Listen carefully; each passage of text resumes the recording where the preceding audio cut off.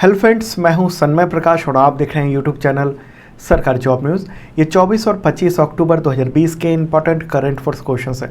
PDF available है with notes, MCQ है, free में इस वीडियो के डिस्क्रिप्शन में मिल जाएगा, या आप इसे वीडियो खत्म होने से ठीक पहले मेरे बगल में जो डाउनलोड का लिंक आता है वहाँ से ले सकते हैं। पहला क्वेश्चन इंपॉर्टेंट है, इंटरनेशनल माइग्रेशन आउटलुक 2020, उसमें भारत का स्थान बताएं। भारत की रैंकिंग क्या है? आंसर होगा सेकेंड। ओके, ये क्या रिपोर्ट है, कौन जारी करता है, उसके बारे में बता दूं। सबसे पहले कौन जारी करता है तो OECD जारी करता है। फुल फॉर्म क्या है? Organisation for economic cooperation and development, यानी आर्थिक सहयोग और विकास संगठन। तो उसने जारी किया है। ये एक इंटर गवर्नमेंटल ऑर्गेनाइजेशन है, अंतर्राष्ट्रीय संगठन है, जिसमें 37 कंट्री शामिल है। आप मेरे बगल में देख रहे हो जो डार्क कलर के जो कंट्री हैं वो सब मेंबर कंट्री है 37। मुख्यालय कहाँ है? पेरिस में है, फ्रांस में। स्थापना 1948 में हुई थी। ओके, अब बात करते हैं इंटरनेशनल माइग्रेशन आउटलुक 2020 पर। तो भारत ने OECD देशों में जो इसके 37 मेंबर कंट्री है, तो वहाँ पर जाने वाले प्रवासियों की संख्या और वहाँ पर जाकर नागरिकता प्राप्त करने वालों की संख्या में जो है दूसरा रैंक हासिल किया है।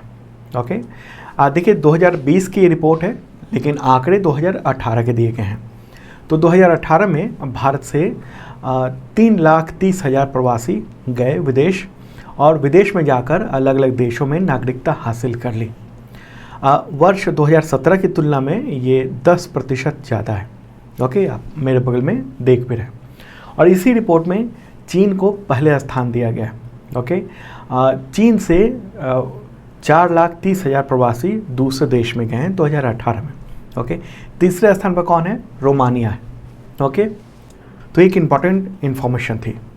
अगला क्वेश्चन लेते हैं, केंद्र सरकार ने किस केंद्र शासित प्रदेश में पंचायती राज कानून को मंजूरी दी जिसके तहत अब त्रिस्तरीय पंचायत व्यवस्था हो गई है? त्रिस्तरीय, पहले थी पंचायत व्यवस्था लेकिन त्रिस्तरीय नहीं थी। तो क्या है त्रिस्तरीय, वो भी बताएंगे आपको। आंसर होगा Jammu Kashmir. Okay, union territory. तो केंद्रीय मंत्रिमंडल ने अभी हाल ही में जम्मू कश्मीर पंचायती राज अधिनियम 1989 को लागू करने की मंजूरी दे दी है। ओके, देखिए धारा 370 जब था तो उस समय विशेष अधिकार थे जम्मू कश्मीर को, जब वो राज हुआ करता था, और वहाँ पर त्रिस्तरीय पंचायती राज व्यवस्था नहीं थी। वहाँ पर ग्राम पंचायत होती थी, उसको हल्का पंचायत कहा जाता है, लेकिन जिला पंचायत स्तर के कुछ नहीं हुआ करता था। तो अब जम्मू कश्मीर दो टुकड़े में हो गया, लद्दाख और जम्मू कश्मीर अलग, और केंद्र शासित प्रदेश है अब। तो धारा 370 खत्म हो चुका है। तो उसके बाद से जो भारत के कानून थे बहुत सारे, वो अब लागू हो रहे हैं। तो केंद्रीय मंत्रिमंडल का फैसला वहाँ पर एक तरह लागू हो गया है। तो वहाँ पर अब चुनाव हो गया। उसमें क्या होगा? जिला परिषद का चुनाव होगा, जिसको वहाँ पर जिला विकास परिषद कहते हैं, यानी डिस्ट्रिक्ट डेवलपमेंट काउंसिल कहते हैं, शॉर्ट में कहते हैं DDC। ओके, इसके बाद होगा ब्लॉक पंचायत का चुनाव, और फिर ग्राम पंचायत, जिसको हल्का पंचायत कहा जाता है, उसका चुनाव होगा। तो 3 स्तरीय ये चुनाव होंगे। सूचना प्रसारण मंत्री यानी minister of information and broadcasting, तो प्रकाश जावड़ेकर हैं, उन्होंने इसकी जानकारी दी है। और जिला विकास परिषद जो होगी वो चुनाव होगा, और जनप्रतिनिधियों के हाथ में सत्ता आएगी अलग अलग जिलों की। और ये माना जा रहा है कि इससे लोकतांत्रिक व्यवस्था जम्मू कश्मीर में मजबूत होगी। सरकार का ये कहना है कि पहले ये था कि जम्मू कश्मीर में चंद लोगों के हाथ में सत्ता होती थी, तो अब चूँकि DDC बनेगा अलग अलग ज़िलों में, तो ऐसे में आम लोगों के हाथ में सत्ता आएगी। ओके, तो जम्मू कश्मीर की बात हो रही है। उपराज्यपाल कौन है? मनोज सिन्हा। अगला question, financial action task force यानी FATF, उसने पाकिस्तान को फिर से ग्रे लिस्ट में बरकरार रखा है। ओके, उसी में रहेगा भी वो। तो इसकी अगली समीक्षा कब होगी? आंसर होगा फरवरी 2021। तो फिलहाल फरवरी 2021 तक के लिए वो ग्रे लिस्ट में है। उसके बाद फिर से इसकी समीक्षा की जाएगी। देखिए अभी हाल ही में बैठक हुई थी FATF की, और उसमें ये पाया गया कि पाकिस्तान जो है यूनाइटेड नेशंस द्वारा जो घोषित जो आतंकी संगठन है उसकी फंडिंग के खिलाफ कार्रवाई करने में विफल रहा है पाकिस्तान। ओके, और पाकिस्तान को ग्रे लिस्ट में बरकरार रखने की घोषणा FATF के जो अध्यक्ष हैं मार्कस प्लियर, ये भी नाम आप ध्यान रखना, कौन है? Marcus player. तो उन्होंने ये घोषणा की है। क्या है मामला? आतंकवाद से रिलेटेड। देखिए, लश्कर ए तैयबा के चीफ जो हाफिज़ सईद है, जैसे मोहम्मद का चीफ है मसूद अजहर सहित कई सारे आतंकवादी हैं, उस पर पुख्ता कार्रवाई अभी तक नहीं हुई है। उसकी फंडिंग एक तरह से पूरी तरह से बंद नहीं की गई है। तो अब अगली समीक्षा होगी फरवरी 2021 में। ग्रे लिस्ट में होने से ये होता है कि बहुत सारी एक्टिविटीज़ उसकी रुक जाती है, फाइनेंशियल दुनिया भर से रिलेटेड। ओके, FAT क्या है? फुल फॉर्म जैसा मैंने पहले बताया, फाइनेंशियल एक्शन टास्क फोर्स। कितने मेंबर हैं इसके? तो 39 मेंबर हैं। मुख्यालय कहाँ है? पेरिस, फ्रांस में। ओके, और स्थापना कब हुई थी इस संगठन की? जुलाई 1989 में। तो ये क्या करता है? देखिए, अंतर्राष्ट्रीय फाइनेंशियल सिस्टम में जो आतंकी फंडिंग हो रहा है, जो भी संभावना है या हो रहा है, और उसका जो खतरा है, उससे मुकाबला करने का काम करता है, देशों को रोकता है। ओके, तो ये पाकिस्तान पर एक तरह से लगाम अभी भी है। वहाँ के प्रधानमंत्री कौन है? इमरान खान। और प्रेसिडेंट कौन है? आरिफ अलवी। अगला क्वेश्चन लेते हैं, विश्व हिम तेंदुआ दिवस कब मनाया जाता है? आंसर होगा 23 अक्टूबर। ओके, 23 अक्टूबर को मनाया जाता है। हिम तेंदुआ इंडिया में देखा जाता है, उत्तराखंड में कई बार फोटोग्राफ आए हैं, वहाँ हिम तेंदुआ देखा गया है। ओके, और ये मनाया जाता है, इम्पॉर्टेंट है हिम तेंदुआ, और कई सारे देशों में ये पाया जाता है, उज्बेकिस्तान, ताजिकिस्तान, रूस, Pakistan, Mongolia, Kyrgyzstan, Kazakhstan, Bharat में तो पाया जाता है, चीन, भूटान, अफ़गानिस्तान, इन सब में ये जो है इन सब देशों ने बिश्केक घोषणा पत्र पर सिग्नेचर की थी, उसी के तहत ये दिवस मनाया जाता है। और जो हिम तेंदुए होते हैं वो बहुत ठंडे जगह में रहते हैं, 3000 से 4500 मीटर की ऊंचाई पर रहते हों। तो भारत में हिम तेंदुए भी हैं। अगला क्वेश्चन लेते हैं, प्रधानमंत्री नरेंद्र मोदी ने किसान सूर्योदय योजना की शुरुआत किस राज्य में की? आंसर होगा गुजरात। गुजरात में की है उन्होंने। प्रधानमंत्री नरेंद्र मोदी ने अभी हाल ही में 24 अक्टूबर को वीडियो कॉन्फ्रेंसिंग के थ्रू टोटल 3 योजनाओं की शुरुआत की। इसमें से एक किसान सूर्योदय योजना है। इसके अलावा जूनागढ़ में गिरनार रोपवे और अहमदाबाद स्थित UN Mehta cardiology institute and research centre से संबंधित जो पीडियाट्रिक हार्ट हॉस्पिटल है, तो उसका भी उन्होंने उद्घाटन किया। तो मुख्य बात यह है कि किसान सूर्योदय योजना है वो क्या है? देखिए, इस योजना के तहत ये होगा कि किसानों को सिंचाई के लिए, इरिगेशन के लिए सुबह 5 से रात 9 बजे तक बिजली आपूर्ति की जाएगी। ये पुख्ता व्यवस्था की जाएगी कि उस समय बिजली ना जाए। ओके, और सरकार की ये योजना है कि 2023 तक, यानी अगले 3 साल में इसका ढांचागत जो व्यवस्था यानी ट्रांसमिशन का जो इंफ्रास्ट्रक्चर है उसको बेहतर कर दिया जाए, और इसके लिए 3,500 करोड़ रुपए का आवंटन किया गया है। और बहुत सारे जो ज़िले हैं गुजरात के, वो सब इससे लाभान्वित होंगे। तो गुजरात की बात हो रही है। मुख्यमंत्री कौन है? विजय रूपाणी। और गवर्नर कौन है? आचार्य देवव्रत। अगला क्वेश्चन लेते हैं, संयुक्त राष्ट्र दिवस यानी यूनाइटेड नेशंस डे कब मनाया जाता है? आंसर होगा 24 अक्टूबर। ओके, 24 अक्टूबर को मनाया जाता है। इसका गठन किया गया था 1945 में, और 24 अक्टूबर 1945 में इसका घोषणा पत्र तैयार किया गया था। ओके, लागू किया गया था उस समय, यानी 24 अक्टूबर 1945 को घोषणा पत्र लागू किया गया था। तो इसीलिए इस दिन को ये दिवस मनाया जाता है। ओके, इम्पॉर्टेंट बात है, संयुक्त राष्ट्र यानी यूनाइटेड नेशंस का मुख्यालय कहाँ है? न्यूयॉर्क, USA में। और महासचिव कौन है? Antonio Guterres.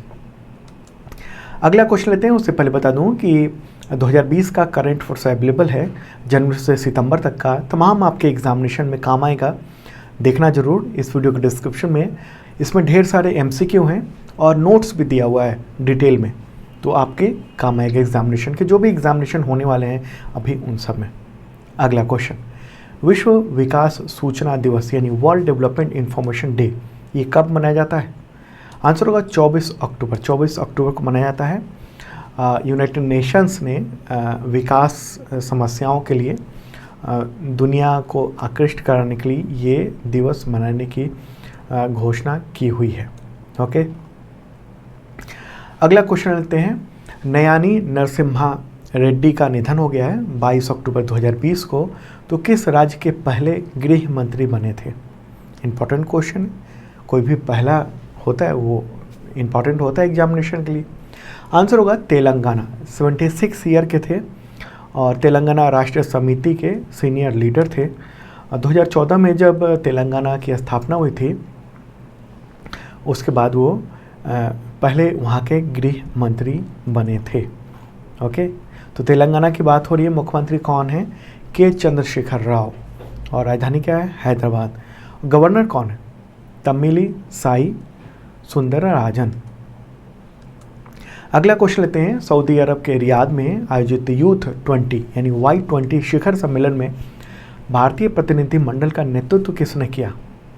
आंसर होगा किरेन रिजिजू। ओके, ये 15 से 17 अक्टूबर तक आयोजित किया गया था और शिखर सम्मेलन का जो सब्जेक्ट था वो था government youth dialogue on post कोविड-19 अपॉर्चुनिटीज़। ये था इसका सब्जेक्ट। इसमें G20 देशों के युवा नेताओं को आमंत्रित किया गया था। अगला क्वेश्चन है, किस IIT संस्था ने कोविड-19 की जांच के लिए कोविरैप नामक एक नया डायग्नोस्टिक टेस्ट किट की खोज की है, किट डेवलप किया है? आंसर होगा IIT खड़गपुर। ओके, ICMR उसने इस टेस्ट को मान्यता भी दे दी है, आप न्यूज़ भी देख रहे हैं इसलिए इम्पोर्टेंट है। ओके, तो ये एक अलग तरह का है और बहुत जल्दी ये रिपोर्ट दे देता है और इसकी एक्यूरेसी भी काफ़ी ज़्यादा देखने को मिल रही है, अच्छी खासी। अगला क्वेश्चन लेते हैं, विश्व पोलियो दिवस कब मनाया जाता है? World polio day. आंसर होगा 24 अक्टूबर। ओके, क्यों? पोलियो के बारे में जागरूकता फैलाना, इसलिए ये मनाया जाता है। ओके, देखिए पोलियो एक समय में संक्रामक बीमारी के रूप में जाना जाता था और जिससे दुनिया भर के लाखों बच्चे वो विकलांग हो जाते थे पोलियो की वजह से। लेकिन अब सरकारों के एक तरह से इम्यूनाइजेशन प्रोग्राम की वजह से और जनता की जागरूकता की वजह से इस पर रोकथाम लग सकी। ओके, तो ये क्यों मनाया जाता है, किसके याद में मनाया जाता है? तो देखिए एक वायरोलॉजिस्ट थे जोनास साल्क, तो उनके जन्मदिन के उपलक्ष्य में ही मनाया जाता है और उन्होंने ही पोलियो का प्रभावी एक टीका बनाया था 1955 में। ओके, तो उनकी याद में, क्योंकि उन्होंने बहुत बड़ा योगदान दिया पोलियो वायरस के टीका बनाने में, तो इसलिए ये मनाया जाता है। और 2020 की थीम क्या है वर्ल्ड पोलियो डे की? A win against polio is a win for global health, यानी पोलियो के खिलाफ जीत एक वैश्विक स्वास्थ्य के लिए जीत है। अगला क्वेश्चन लेते हैं, टेनिस खिलाड़ी जूलिया जॉर्जेस, तो उन्होंने 31 साल की उम्र में संन्यास ले लिया है, रिटायरमेंट की घोषणा कर दी है। तो किस देश के खिलाड़ी हैं? आंसर होगा जर्मनी। ओके, जूलिया जॉर्जोस जो है विंबलडन की पूर्व सेमीफाइनलिस्ट रह चुकी हैं, उन्होंने अब रिटायरमेंट की घोषणा कर दी है। अगला क्वेश्चन लेते हैं, किस राज्य सरकार ने हाल ही में एकीकृत आदर्श कृषि ग्राम योजना की शुरुआत की? आंसर होगा उत्तराखंड। उत्तराखंड के मुख्यमंत्री कौन हैं? त्रिवेंद्र सिंह रावत। तो उन्होंने ये योजना की शुरुआत की है। क्या होगा इसके तहत? तो इसके तहत क्या होगा कि ब्याज मुक्त ऋण की सीमा जो है 2 लाख से बढ़ाकर 3 लाख रुपए कर दी गई है। तो 3 लाख तक किसानों को ब्याज मुक्त लोन मिल सकेगा मशीन खरीदने के लिए, उत्पादकता बढ़ाने के लिए, जो कृषि से रिलेटेड जो भी काम है उसको करने के लिए। अगला क्वेश्चन लेते हैं, भारत के किस राज्य की पहाड़ियों पर करोड़ों साल पुराने जीवाश्म यानी फॉसिल्स मिले हैं? आंसर होगा झारखंड। झारखंड में कहाँ? झारखंड के साहिबगंज ज़िले में राजमहल की पहाड़ी है एक, तो वहाँ पर फॉसिल्स मिले हैं। मेरे बगल में आप पिक्चर भी देख रहे हैं। तो इस तरह के और जुरासिक काल के इस पर पेड़ों की पत्तियों की छाप मिली है, यानी लीफ इम्प्रेशन मिला है। माना जा रहा है कि ये जीवाश्म उन पेड़ों के हैं जो कभी शाकाहारी डायनासोर के भोजन रहे होंगे। ओके, तो वो जो पहाड़ी है राजमहल की पहाड़ी, तो वो वहाँ पर डायनासोर से रिलेटेड चीज़ें जो हैं और कुछ चीज़ें मिलती रहती हैं, फॉसिल्स वगैरह वहाँ मिलते रहते हैं। ओके, तो झारखंड की बात हो रही है, वहाँ के मुख्यमंत्री कौन हैं? हेमंत सोरेन। तो दोस्तों ये था इंपॉर्टेंट करंट अफेयर्स 2 दिनों का। आगे का भी अभी आ रहा है कुछ घंटे में, या हो सकता है आप देर से वीडियो देख रहे हैं तो वीडियो मिल जाएगा आपको इस वीडियो के डिस्क्रिप्शन में। ओके, और कैसा लगा ये वीडियो ज़रूर बताना। PDF अवेलेबल हो गया मेरे बगल में, तो क्लिक कीजिए और डाउनलोड कर लीजिए, या आप इसे इस वीडियो के डिस्क्रिप्शन से भी डाउनलोड कर सकते हैं, वहाँ पर और भी PDF अवेलेबल है। और हाँ, जिन लोगों ने सब्सक्राइब नहीं किया ज़रूर करना, साथ में बेल आइकन दबाना मत भूलना।